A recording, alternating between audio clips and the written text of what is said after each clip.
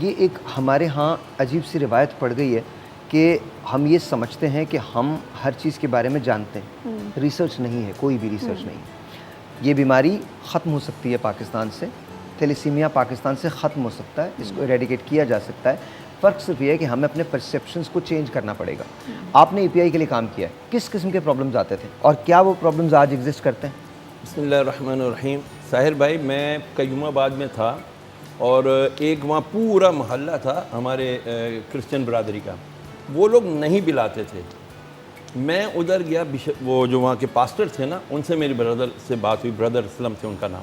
میری ان سے بات چیت ہوئی، میں ان کے ساتھ بیٹھ کے چائے پی، ان کو سمجھایا. کہنے لگے یار مسئلہ یہ ہے کہ قوم نہیں بلانے کے لیے راضی. میں نے کہا آپ راضی ہیں؟ بولا میں راضی ہوں. میں نے کہا آپ ایک دن ایسا کریں، میٹنگ رکھ لیں. آپ کے کس دن ماس ہے؟ بولا جی سنڈے. میں نے کہا میں آ جاتا ہوں.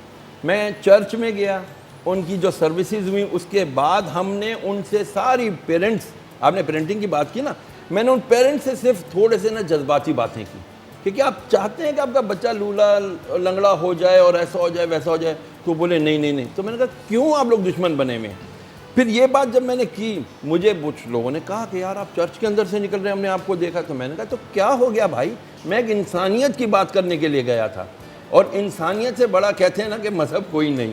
تو آپ لوگ جب میں نے ان کی پوری کمیونٹی کو ایڈریس کیا، اسلام تو خود انسانیت ہے سب سے بڑی. بالکل. تو میں نے جب ان کی کمیونٹی کو ایڈریس کیا، آپ یقین کیجئے کہ وہ پورا محلہ، ڈی ایریا کہہ رہا تھا قیوم آباد کا، وہ پورا محلہ کرسچن آبادی ہے پوری وہاں پہ. الحمدللہ اسی دن ود ویری سیم ڈے ہماری ٹیمز موجود تھیں، ہم نے پورا دن وہاں ان کو ویکسینیٹ کیا، ہزاروں کی تعداد میں. اب ہم تھوڑے سے اس پہ آتے ہیں جو بات کی جا رہی تھی